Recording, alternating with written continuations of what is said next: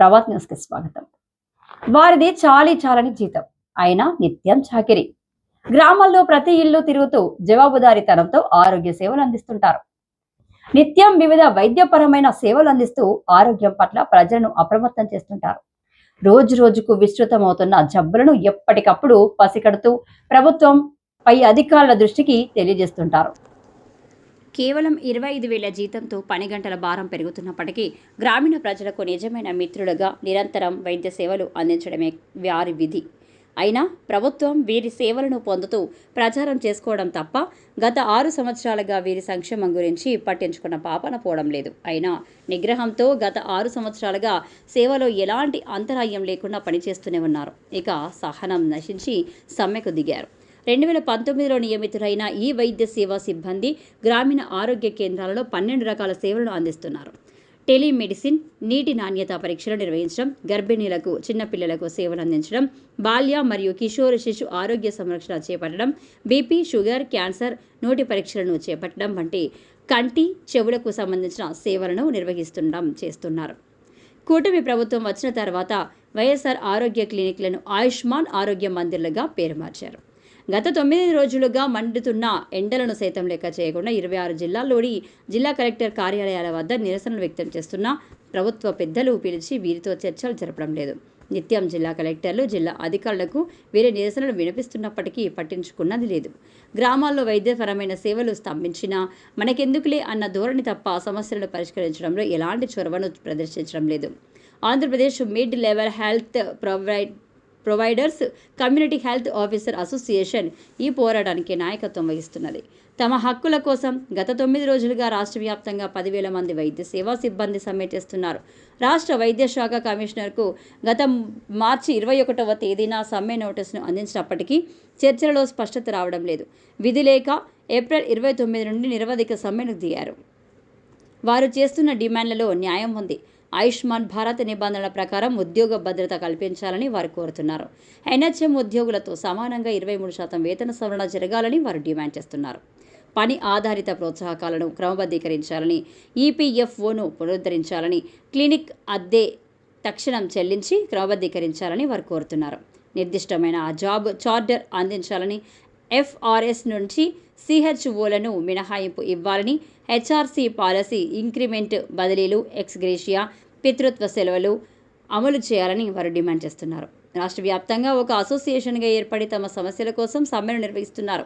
ఈ అసోసియేషన్ రాష్ట్ర కమిటీకి ఎన్ నిరంజన్ అధ్యక్షుడిగా, బి సందీప్ కుమార్ ప్రధాన కార్యదర్శిగా, ఎస్ వినోద్ కుమార్ నాయక్ స్టేట్ కోఆర్డినేటర్గా, ఎస్ఎస్ మమత ఉపాధ్యక్షురాలుగా, రామకృష్ణ సలహాదారుగా ఉంటూ ఈ నిరసన కార్యక్రమాలను ముందుకు నడిపిస్తున్నారు.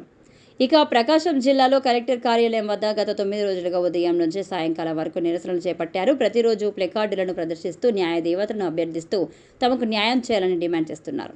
వీరికి వివిధ సంఘాల నుంచి మద్దతు లభిస్తుంది. జిల్లాలో ఈ కార్యక్రమానికి మందగిరి రాజేష్, శ్రీకాంత్, జీవన జ్యోతి, రమేష్, కామేష్, సునీతలు నాయకత్వం వహిస్తున్నారు. వీరంతా తమ విద్యాభ్యాసాన్ని పూర్తిగా చేసుకొని ఈ విధుల్లో చేరారు.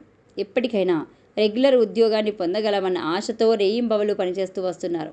విధులలో ఎలాంటి అలసత్వానికి మీరు అవకాశం ఇవ్వడం లేదు. ఎక్కువ మంది యువకులు అయినందున వివాహాలు చేసుకొని పిల్లల సంరక్షణ నిర్వహించుకుంటూ చాలని జీతంతో నెట్టుకొస్తున్నారు. చంటి బిడ్డలను ఇళ్ల వద్దనే వదిలేసి పెద్ద సంఖ్యలో మహిళా కార్యకర్తలు ఈ సమ్మెలో పాల్గొనడం చూపరులను కదిలిస్తుంది. నోరెండిపోతున్నా తమ సమస్యలతో కూడిన నినాదాలను బిగ్గరంగా నినాదిస్తున్నారు.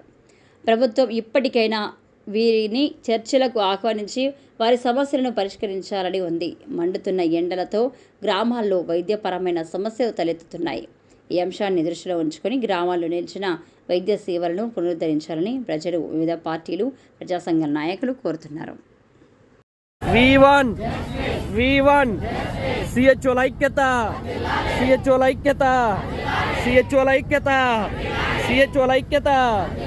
ఆయుష్మాన్ భారత్ నిబంధనల ప్రకారం ఆయుష్మాన్ భారత్ నిబంధనల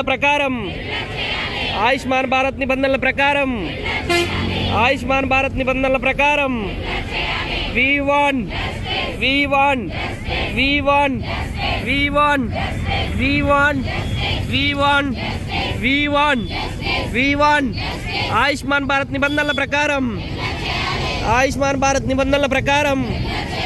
ఆయుష్మాన్ భారత్ నిబంధనల ప్రకారం 23% increment 23% increment 23% increment 23% increment 23% increment pending incentives pending incentives ఈపీఎఫ్ఓను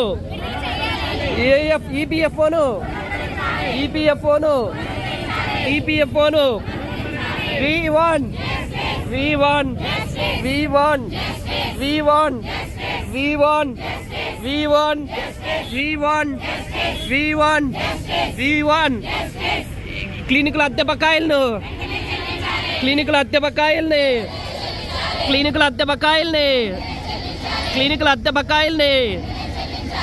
అద్దె బకాయిలను క్లినికల్ అద్దె బకాయిల్ని నిర్దిష్టమైన జాబ్ చాట్ను వెంటనే విడుదల చేయాలి. నిర్దిష్టమైన జాబ్ చాట్ని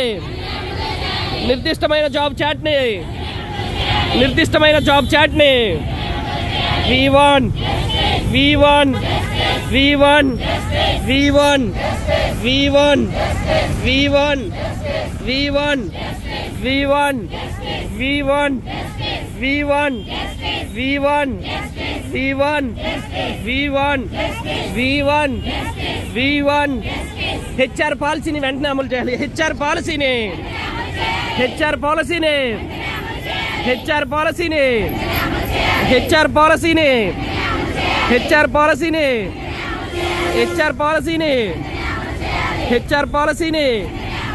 V1 CHO ఐక్యత వర్ధిల్లాలి